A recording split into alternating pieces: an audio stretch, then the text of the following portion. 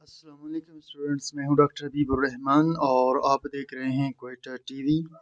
Students, हमने MDCAT 2022 के lectures start किए थे। तो एमडीकेट के 2022 के लेक्चर्स में आज हम डिस्कस करेंगे लेक्चर 3 को।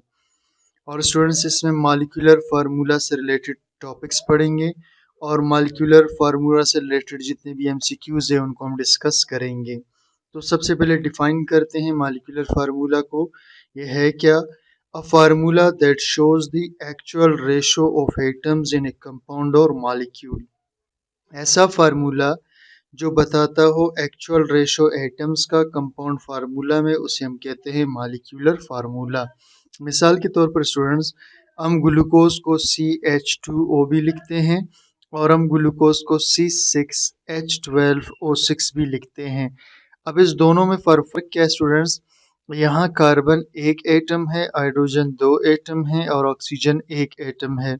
यहाँ कार्बन के 6 एटम्स है, हाइड्रोजन के 12 एटम्स है, ऑक्सीजन के 6 एटम्स है। तो स्टूडेंट्स, यहाँ पर जो ग्लूकोज के अंदर एटमों का जो रेशो है, इसे हम कहते हैं सिंपल रेशो ऑफ एटम्स। और वो फार्मूला जो एटमों के सिंपल रेशो को जाहिर करे, उस फार्मूले के स्टूडेंट्स हम कहते हैं एम्पेरिकल फार्मूला, यानी कि सादा फार्मूला। जबकि स्टूडेंट्स, यहाँ पर अगर आप देखें तो आपको नज़र आएगा कि यहाँ एटमों का कंप्लीट रेशो है 6 कार्बन, 12 हाइड्रोजन और 6। तो इस तरह के फार्मूले, ये जो स्टूडेंट्स रेशो है, इसे हम कहते हैं actual ratio of atoms in A compound. Actual ratio, तो ऐसा फार्मूला जो एटमों के एक्चुअल रेशो को जाहिर करे स्टूडेंट्स, उसे हम कहते हैं मॉलिक्यूलर फार्मूला। तो ये हुआ स्टूडेंट्स मॉलिक्यूलर फार्मूला और ये हुआ इसका एम्पिरिकल फार्मूला।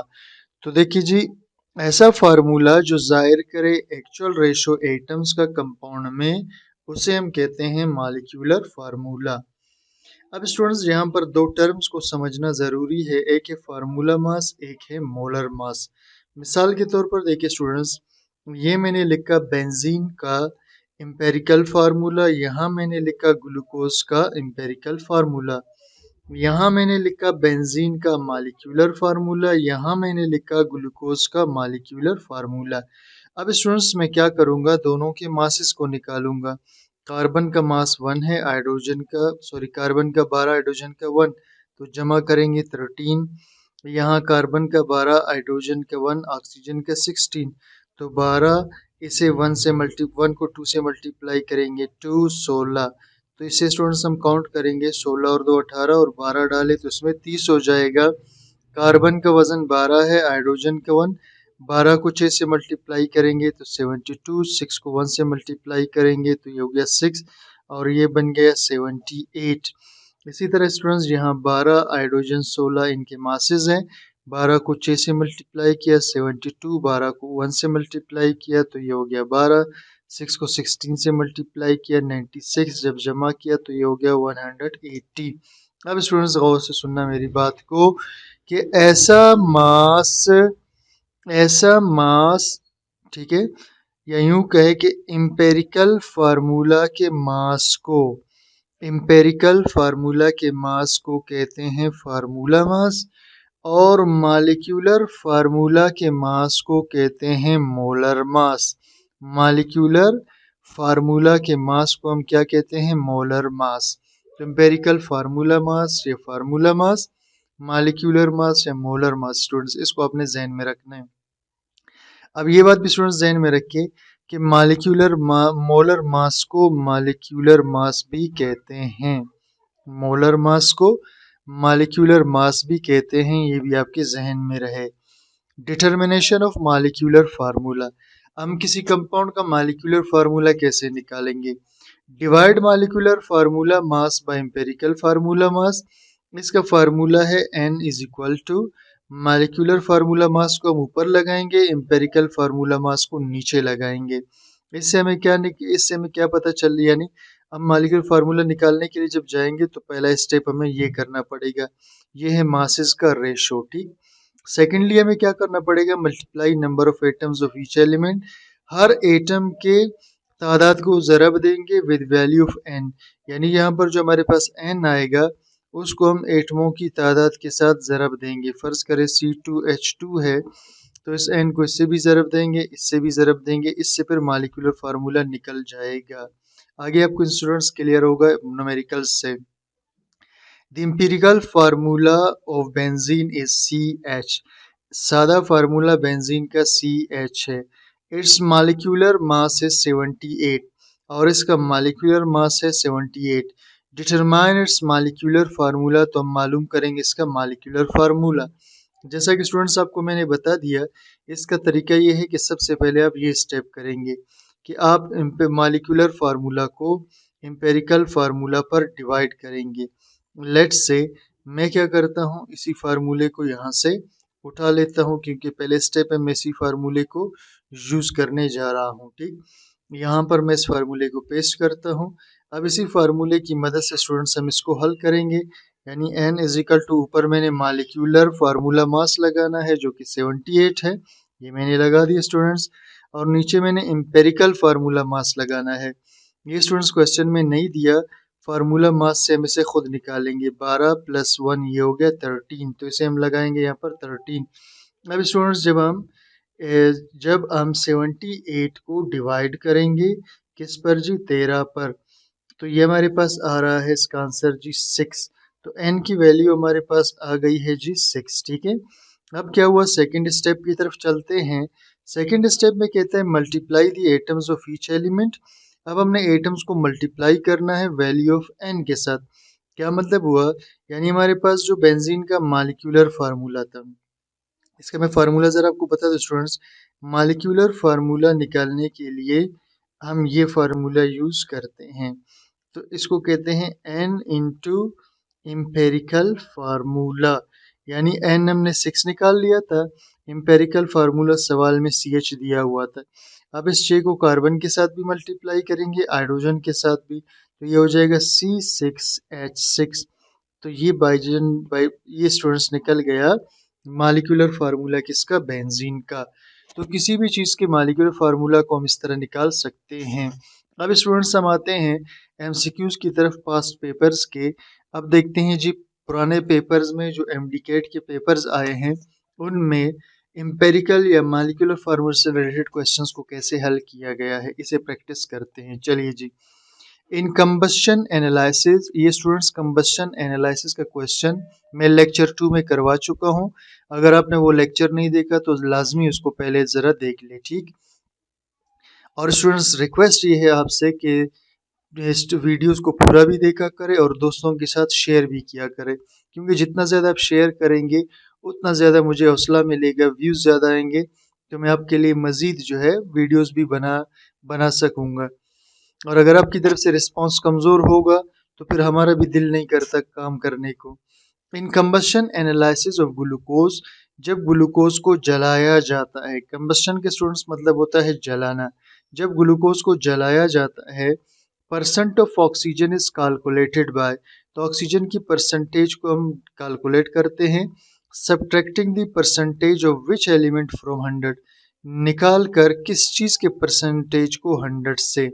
स्टूडेंट्स इसमें देखिए जी 3 फार्मूले हमने पढ़े थे, अगर आपको वो क्वेश्चन याद हो जो हम पीछे कर चुके हैं परसेंटेज वाला, जिसमें पहला था परसेंटेज ऑफ कार्बन, दूसरा था परसेंटेज ऑफ ऑक्सीजन, तीसरा था परसेंटेज ऑफ ऑक्सीजन, सही, सॉरी ऑक्सीजन, हाँ जी बिल्कुल स्टूडेंट्स, ठीक है।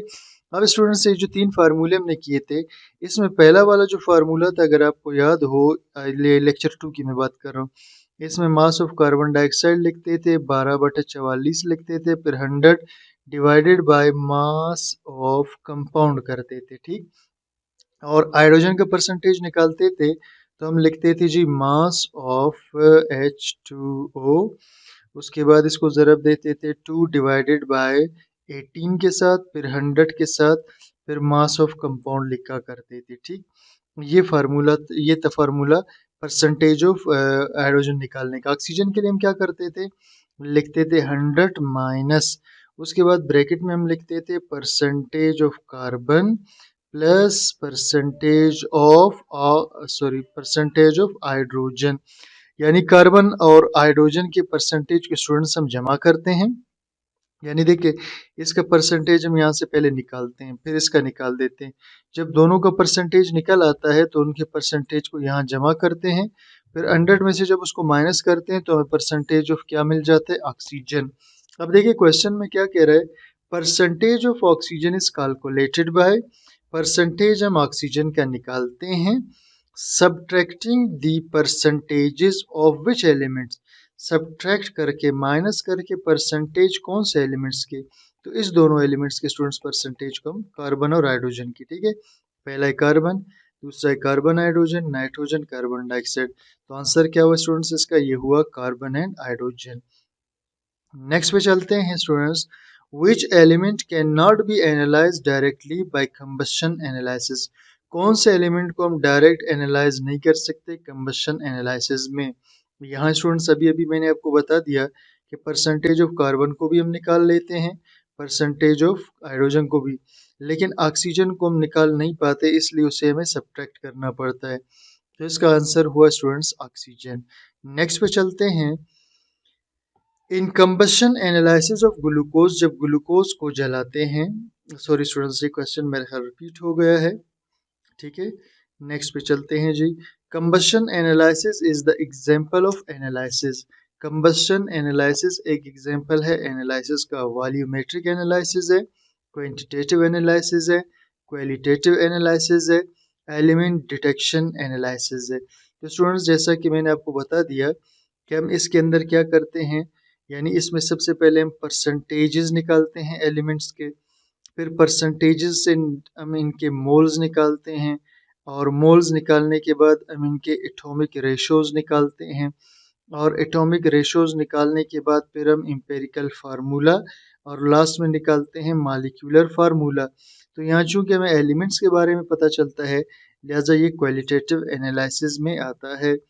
और नेक्स्ट पे चलते हैं स्टूडेंट्स अब, a polymer of empirical formula CH2 has a molar mass of 28,000 grams per mole. What is molecular formula? Simple सी बात है स्टूडेंट्स, उसने कहा कि एक पॉलीमर है जिसका फार्मूला है, एम्पेरिकल फार्मूला है CH2। तो जी मैं लिख लेता हूँ, एम्पेरिकल फार्मूला इसका CH2 है, मोलर मास ऑफ ये, अब ये इसका जो है मोलर मास है, इसे भी मैं लिख लेता हूँ 28,000 ग्राम्स पर मोल, सही। व्हाट इज मॉलिक्यूलर फार्मूला, पूछा क्या है जी, मॉलिक्यूलर फार्मूला। सिंपल सी बात है स्टूडेंट्स, अभी थोड़ी देर पहले हमने बात की थी कि मॉलिक्यूलर फार्मूला निकालने के लिए हमारे पास दो स्टेप्स होते हैं। पहला स्टेप स्टूडेंट्स होता है कि हम क्या करते हैं जी, मोलर मास को डिवाइड करते हैं एम्पेरिकल फार्मूला मास पर या फार्मूला मास पर। तो अब इसके अंदर स्टूडेंट्स देखते हैं कि जी मोलर मास कौन सा है, तो ये इसका मोलर मास है, इसे मैं लगाऊंगा यहाँ पर ऊपर 28,000 को, और उसके बाद स्टूडेंट्स हमने निकालना है इसका एम्पेरिकल फार्मूला मास, वो निकलेगा इस फार्मूले से 12 और 1 1 यहाँ मल्टीप्लाई हो जाएगा, तो ये हो जाएगा 12 जमा 2 बराबर है 14, इसे मैं यहाँ पर लगा लूंगा। अब मैं स्टूडेंट्स क्या करूँगा, मैं इस 28,000 को डिवाइड कर दूंगा 14 पर, तो मेरे पास आ जाएगा इसका आंसर 2000, ठीक है। अब मेरे पास स्टूडेंट्स आ गया 2000 इसका आंसर। अब मैं क्या करूंगा, अगला स्टेप पे जाऊंगा, ये था पहला स्टेप मॉलिक्यूलर फार्मूला निकालने का। सेकेंड स्टेप में मॉलिक्यूलर फार्मूला निकालने के लिए ये जो हमने n की वैल्यू निकाली है ये वाली, इसको हम ज़रब देंगे एम्पेरिकल फार्मूला के साथ। तो चलिए जी, ये हमारे पास वैल्यू था 2000, इसे हम ज़रब देंगे CH2 के साथ। अब इसे लिखने के मुख्तलिफ तरीके हैं स्टूडेंट्स। पहला तरीका ये है कि जब हम कार्बन के साथ 2000 को ज़रब देंगे तो ये हो जाएगा कार्बन 1000, और हाइड्रोजन के साथ जब इस 2000 को ज़रब देंगे तो ये हो जाएगा 4000। एक तो ये तरीका है। दूसरा स्टूडेंट्स, हम CH2 फार्मूला इसी तरह लिख कर इसके नीचे हम सॉरी ये जो 2000 आया था हमारे पास आंसर, इसे हम जो है यहाँ पर लिख दे, तो इस तरह से भी इसका आंसर हम लिख सकते हैं। अब देखिए स्टूडेंट्स, इसके अंदर CH2 1400, CH2 2000, CH2 2800, CH2, तो इसका आंसर कौन सा हुआ स्टूडेंट्स, ये वाला हुआ CH2 2000, ठीक है। नेक्स्ट पे चलते हैं students, an organic compound as empirical formula ये। तो एक ऑर्गेनिक कंपाउंड है जिसका एम्पेरिकल फार्मूला है C3H3O। आगे क्या कहता है जी, if molar mass of the compound is 110 point, ठीक है। तो इसका मोलर मास भी हम लिख लेते हैं जी। इसका मोलर मास है 110.15 ग्राम पर मोल। आगे क्या कहता है, मॉलिक्यूलर फॉर्मूला कंपाउंड इज, तो molecular formula of this compound is AR of, ये खैर इसके मासेस उसने दिए हुए हैं खुद से, ठीक है। तो हम क्या करेंगे जी, इसका सिंपली बात ये कि मॉलिक्यूलर फार्मूला पूछा है तो वही तरीका है जी, N इज इक्वल टू, ऊपर लगाएंगे जी मोलर मास को, नीचे लगाएंगे एम्पेरिकल फार्मूला मास को सबसे पहले, ठीक। तो मोलर मास हमें दिया हुआ है जी 110.15 है। एम्पेरिकल फार्मूला मास हम हमेशा इसके फार्मूले से निकालते हैं। तो 12 को 3 से मल्टीप्लाई करेंगे, 12 1 12, 12 2 24, 12 3 36 हो जाएगा। 3 जमा कर देंगे इसको और फिर 16 जमा कर देंगे स्टूडेंट्स, ठीक है। तो ये हुआ जी 36, और 36 में 16 और 3 को जमा करेंगे, 6 और 6 12 और 3 ये हो गया 15 जी, एक बच गया, 3 और 1 4, और ये हो गया 5, ठीक है, ये हो गया 55। अब 110 को स्टूडेंट्स हमने डिवाइड करना है, ठीक है। 110.15 को हमने डिवाइड करना है 55 पर। ये स्टूडेंट्स आ रहा है तकरीबन 2, ठीक है, तकरीबन राउंड ऑफ करके 2 आ रहा है हमारे पास। अब जब ये आ गया तो हम इसका मॉलिक्यूलर फार्मूला निकालेंगे, एन को ज़रब देना है हमने एम्पेरिकल फार्मूला के साथ। एन की वैल्यू हमारे पास 2 आ गई है, एम्पेरिकल फार्मूला है C3H3O। अब स्टूडेंट्स 2 को इनके साथ हमने क्या करना है जी, ज़रब देना है। मैं इसको यहाँ स्टूडेंट्स लिख लेता हूँ। देखिए जी, 2 को जब मैं 3 के साथ ज़रब दूंगा तो ये हो जाएगा C6, और फिर 3 को जब 2 के साथ ज़रब दूंगा ये हो जाएगा H6, और फिर ऑक्सीजन के नीचे कुछ नहीं है तो इसके नीचे हम 2 लगा देंगे, सही। ये हुआ इसका empirical formula C6H6O2। Next question पे स्टूडेंट्स चलते हैं। आगे है जी, molecular formula is equal to n into empirical formula, यानी ये बात कर रहे हैं स्टूडेंट्स फार्मूले की कि मॉलिक्यूलर फार्मूला निकालने के लिए हम एन को ज़रब देते हैं एम्पेरिकल फार्मूला के साथ, where N is the ratio between, और ये जो एन है ये रेशो है किसके दरमियान। तो सिंपल सी बात है स्टूडेंट्स, ये रेशो किस चीज़ का है आप जानते हैं। ऊपर आएगा मोलर या मॉलिक्यूलर मास, नीचे आएगा एम्पेरिकल फार्मूला मास। तो इन दोनों मासेस का रेशो है, किस चीज़ का, molecular mass and molar mass का रेशो है। मॉलिक्यूलर मास एम्पेरिकल फार्मूला मास का रेशो है, और molecular mass and atomic mass का एटॉमिक मास एंड, अब स्टूडेंट्स ये पहला वाला इसका आंसर नहीं है क्योंकि मॉलिक्यूलर मास और मोलर मास एक ही चीज़ है असल में। सेकंड वाले में देखिए मॉलिक्यूलर मास ये ऊपर आ गया मॉलिक्यूलर या मोलर, नीचे आ गया एम्पेरिकल, ठीक है। तो इसका आंसर होगा बी ऑप्शन, ठीक है।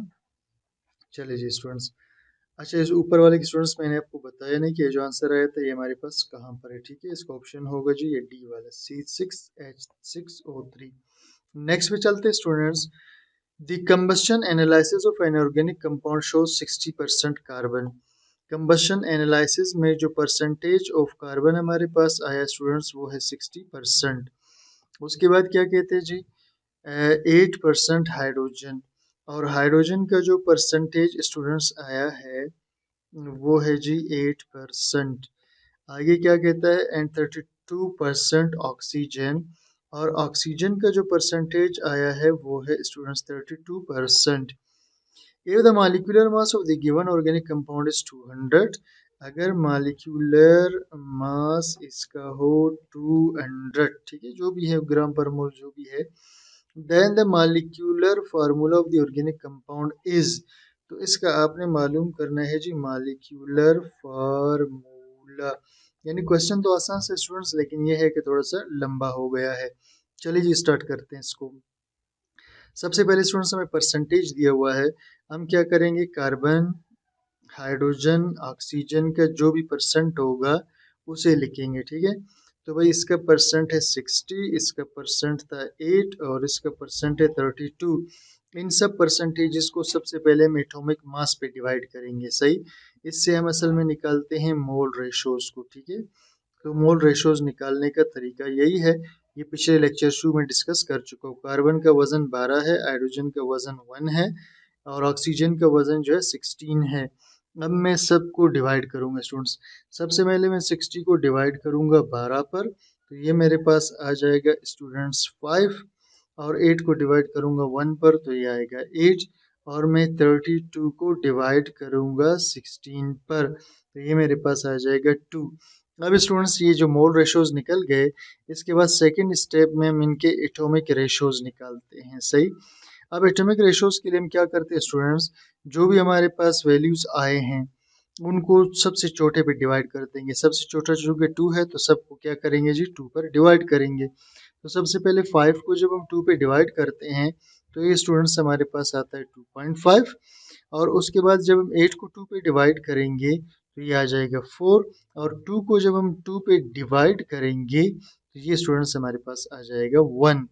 अब देखिए जी, ये हमारे पास जो फिगर है ये 2.5 आ गया स्टूडेंट्स। ठीक है, चूंकि ये राउंड फिगर में नहीं है तो हमने पिछले पिछले टॉपिक्स में एम्पेरिकल फार्मूला वाले में पढ़ा भी था कि जब राउंड फिगर में ना आ रहा हो तो उसको राउंड फिगर में लाएंगे।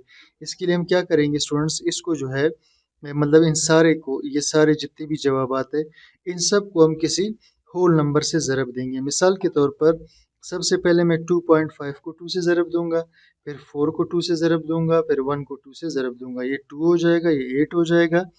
और जब स्टूडेंट्स मैं 2.5 को ज़रब दूंगा 2 के साथ, ये आ जाएगा जी 5।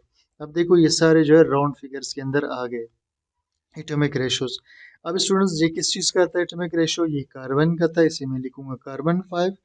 ये हाइड्रोजन के लिए था, मैं इसे लिखूंगा H8, और ये ऑक्सीजन के लिए था तो मैं इधर लिखूंगा O2। ये मेरे पास स्टूडेंट्स जो आया है ये इम्पेरिकल फार्मूला है। अब क्या करूंगा मैं स्टूडेंट्स, इस एम्पेरिकल फार्मूला की हेल्प से मैं मॉलिक्यूलर फार्मूला कैलकुलेट करूंगा। मॉलिक्यूलर फार्मूला कैलकुलेट करने के लिए स्टूडेंट्स आप जानते हो, सबसे पहले हम मोलर मास को डिवाइड करते हैं एम्पेरिकल फार्मूला मास पर। अब स्टूडेंट्स इसका मोलर मास कहाँ पर है जी, कहाँ पर है जी, कहाँ पर है, ये है। ठीक है, ये क्वेश्चन के अंदर दिया हुआ था ये वाला, इसे इनपुट करेंगे यहाँ पर। चलिए जी मैं इसे लगा लेता हूँ 200। अभी स्टूडेंट्स हमें चाहिए एम्पेरिकल फार्मूला मास, जो हम निकालेंगे इस फार्मूला से। ठीक, तो देखिए जी कार्बन का वजन है यहाँ पर 12, हाइड्रोजन का 1, ऑक्सीजन का 16। 12 को 5 से मल्टीप्लाई करेंगे। ठीक है स्टूडेंट्स, तो जब हम 12 को 5 से मल्टीप्लाई करते हैं ये आ जाता है स्टूडेंट्स ये वाला, ये आता है जी 60, प्लस 8 को 1 से मल्टीप्लाई करेंगे 8, 16 को 2 से 32। तो इसको जमा कर लें जी, 60 है, 32 है और 8 है, 8 और 2 10 हुए, ये हमारे पास एक बचा। ठीक, और 6 और 3 9, और ये 10, ये हो गया 110। ठीक है, इसके नीचे स्टूडेंट्स हम लगाएंगे 110। तो हमने 200 को डिवाइड करना है, हमने 200 को डिवाइड करना है 110 पर। ये स्टूडेंट्स हमारे पास आ रहा है 1.8 तकरीबन। ठीक है, ये हमारे पास आ रहा है क्या 1.8। ठीक है, जिसे राउंड फिगर्स में हम स्टूडेंट्स 2 भी लिख सकते हैं। ठीक, अब स्टूडेंट्स हम मालूम करते हैं इसका मॉलिक्यूलर फार्मूला, जिसके लिए n को मल्टीप्लाई करना पड़ेगा एम्पेरिकल फार्मूला के साथ। अब स्टूडेंट्स n हमारे पास ये आया है 2, इसे मैं यहाँ लगा लेता हूँ। एम्पेरिकल फार्मूला हमने निकाला था ये वाला। ठीक है, इस एम्पेरिकल फार्मूला को हम यहाँ लगा देंगे। तो चलिए जी एम्पेरिकल फार्मूला को मैं लगा लेता हूँ यहाँ पर, यह है C5H8 और O2। अब स्टूडेंट्स 2 को जब मैं 5 से मल्टीप्लाई करूँगा ये C10 हो जाएगा, 2 को जब मैं 8 से मल्टीप्लाई करूँगा H16 हो जाएगा, और 2 को 2 से मल्टीप्लाई करूँगा तो O4 हो जाएगा। ये है स्टूडेंट्स मॉलिक्यूलर फार्मूला इस कंपाउंड का C10H16। देखते हैं जी ऑप्शन है भी कि नहीं। ठीक है, तो C10H16O14, ये स्टूडेंट्स इसका पहला ऑप्शन। ठीक, नेक्स्ट चलिए जी इस क्वेश्चन पे चलते हैं। पूछता है जी one of the following is not an empirical formula but a molecular formula, यानी इनमें से एक जो है एम्पेरिकल फार्मूला नहीं है बल्कि मॉलिक्यूलर है। तो स्टूडेंट सिंपल सी बात है, देखिए जी मैं आपको बताऊं आप कैसे पहचानेंगे। असल में देखिए जी, ये जो आपके पास फार्मूला है, ठीक है, C6H14, ये इसे आप मज़ीद सिंप्लीफाई कर सकते हैं। ठीक है, सिंप्लीफाई कैसे कर सकते हैं, मिसाल के तौर पर मैं आपको इसको ओपन करके लिख कर बताता हूँ। देखिए जी, ये हुआ, ये हुआ, ये हुआ, ये हुआ, ये हुआ और ये हुआ। असल में स्टूडेंट्स ये जो इसका एक CH2 है, ये इसका एम्पिरिकल फार्मूला है, लेकिन इस टोटल को मिलाकर हम कहते हैं मॉलिक्यूलर फार्मूला। तो आंसर स्टूडेंट्स आपके पास होगा मॉलिक्यूलर फार्मूला ये है, ठीक है। बाकी ये एम्पिरिकल फार्मूला है ग्लूकोज का, शायद आप सब जानते हो। इसी तरह स्टूडेंट्स ये वाला जो हमारे पास है C2H5O3, ठीक है। अगर मैं इसको स्टूडेंट्स सिंपल करना चाहूँ तो मेरे पास इस तरह का जो है इसके यूनिट्स नहीं बन पाएंगे, ठीक है। यानी अगर मैं इसे सिंपल करना चाहूँ तो देखिए जी, ये मेरे पास 2 कार्बन आएंगे, ये 5 मेरे पास हाइड्रोजन आ जाएंगे और 3 मेरे पास ऑक्सीजन आ जाएंगे, ठीक। तो इसका मैं कोई सिंपलेस्ट अब मज़ीद जो इसकी यूनिट्स नहीं बना सकता, ठीक है। जैसे मैंने इसके यूनिट्स बना दिए थे, ऐसे इसके नहीं बना सकता। तो बिल्कुल ये केस इसके साथ भी है कि इसके मज़ीद ज़्यादा यूनिट्स नहीं बन सकते, ठीक है। तो ये हमारे पास आंसर हुआ, ये मॉलिक्यूलर फार्मूला है। नेक्स्ट क्वेश्चन पे चलते हैं स्टूडेंट्स। नेक्स्ट है जी, which represents the simple ratio of atoms present in a compound. कौन सा चीज़ सादा रेशो एटम्स का बताता है? Molecular formula, gravimetric analysis, formula unit, physical. Simple सी बात है जी, फार्मूला यूनिट, ठीक है। फार्मूला यूनिट जो एम्पेरिकल फार्मूला को भी कहा जाता है। जैसे ये फार्मूला यूनिट है, ये आपको सिंपल रेशो बताता है। ये एक फार्मूला यूनिट है, ये आपको सिंपल रेशो एटम्स का बताता है। The empirical formula of a compound can be determined if we know। empirical formula मालूम कर सकते हैं अगर हमें पता हो mass, molecular mass, percent of elements और परसेंट ऑफ एटम्स। तो empirical फार्मूला हम निकाल सकते हैं, ठीक है, अगर हमें परसेंट ऑफ एलिमेंट्स पता हो, ठीक है। एम्पेरिकल फार्मूला हमेशा निकालते हैं परसेंटेज ऑफ एलिमेंट्स से, क्योंकि परसेंटेज को हम एटॉमिक मास पे डिवाइड करते हैं, फिर उनको स्मॉलेस्ट वैल्यू पे डिवाइड करके एम्पेरिकल फार्मूला निकालते हैं। तो इसका आंसर हुआ students percent of elements. Next है students, for the compound which have same molecular and empirical formula. ऐसा कंपाउंड जो सेम एम्पेरिकल और मॉलिक्यूलर फार्मूला रखे, the value of simple multiple of n is. तो इसकी n की value क्या होगी? यानी देखिए स्टूडेंट्स, कहते हैं इसका same molecular and empirical formula, जिसका एम्पेरिकल और मॉलिक्यूलर फार्मूला सेम हो तो n की वैल्यू 1 होगी, वरना जो है 2 के साथ चेंज हो सकते हैं, ठीक। नेक्स्ट पे चलते हैं। The value of simple multiple n is. n क्या चीज़ है? The ratio of atomic mass and molecular, ratio of molecular mass and empirical mass, ratio of empirical mass and molecular mass, ratio of molecular mass and atomic. तो इसका answer है students 2 वाला, ये तो आपको पता है फार्मूले की बात हो रही है। अब नेक्स्ट क्वेश्चन पे चलते हैं students. A compound has an empirical formula CH2Cl and molecular formula mass 99। Identify the compound, ठीक है। भाई सिंपल सी बात है स्टूडेंट्स, इसे आप खुद भी अभी हल कर सकते हैं। एम्पेरिकल फार्मूला है CH2Cl, मॉलिक्यूलर मास है 99, ठीक है, मॉलिक्यूलर मास है 99। तो इसका स्टूडेंट्स तरीका वही होगा, आपने पहले n को निकालना है, यानी इसके मॉलिक्यूलर मास को आपने डिवाइड करना है एम्पेरिकल फार्मूला मास पर। मॉलिक्यूलर मास 99 है, एम्पेरिकल खुद निकालेंगे 35.5, 12 और इसको मल्टीप्लाई करेंगे, ये वो 12 जमा 2 फिर 35.5, ठीक है। तो 35.5 जमा 12 जमा 2, जी स्टूडेंट्स बनता है 49.5, ठीक है, 49.5। ये हमारे पास इसका एम्पेरिकल फार्मूला मास आया। अब हम स्टूडेंट्स क्या करेंगे जी, 99 को डिवाइड करेंगे 49.5 पर, 49.5 पर, तो ये हमारे पास आ रहा है 2। अब हम मॉलिक्यूलर फार्मूला का फार्मूला लगाएंगे जो कि n और एम्पेरिकल फार्मूला है, N2 आया हमारे पास, एम्पेरिकल फार्मूला है CH2Cl।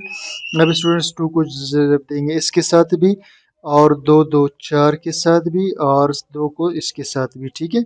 ये हमारे पास आ गया इसका मॉलिक्यूलर फार्मूला C2H4 और Cl2, ये हमारे पास आया, ठीक है। नेक्स्ट क्वेश्चन है students, the empirical formula of compound is CH2O, what other information is needed to determine its molecular formula. तो मॉलिक्यूलर फार्मूला निकालने के लिए हमें क्या चाहिए? अभी अभी हमने पढ़ा, इसके लिए हमें इसका मास चाहिए होता है, ठीक है। तो जी percentage composition density relative molecular mass of the compound, बस ये स्टूडेंट्स का आंसर है। तो स्टूडेंट्स उम्मीद करता हूँ आपको लेक्चर समझ में आ गया है। कुछ चीज़ क्लियर ना हो कमेंट सेक्शन में पूछिएगा, और स्टूडेंट्स आपसे फिर से रिक्वेस्ट है कि वीडियोज़ को पूरा भी देखा करें और शेयर भी किया करें ताकि मेरी हौसला अफ़ज़ाई हो। Thank you for watching.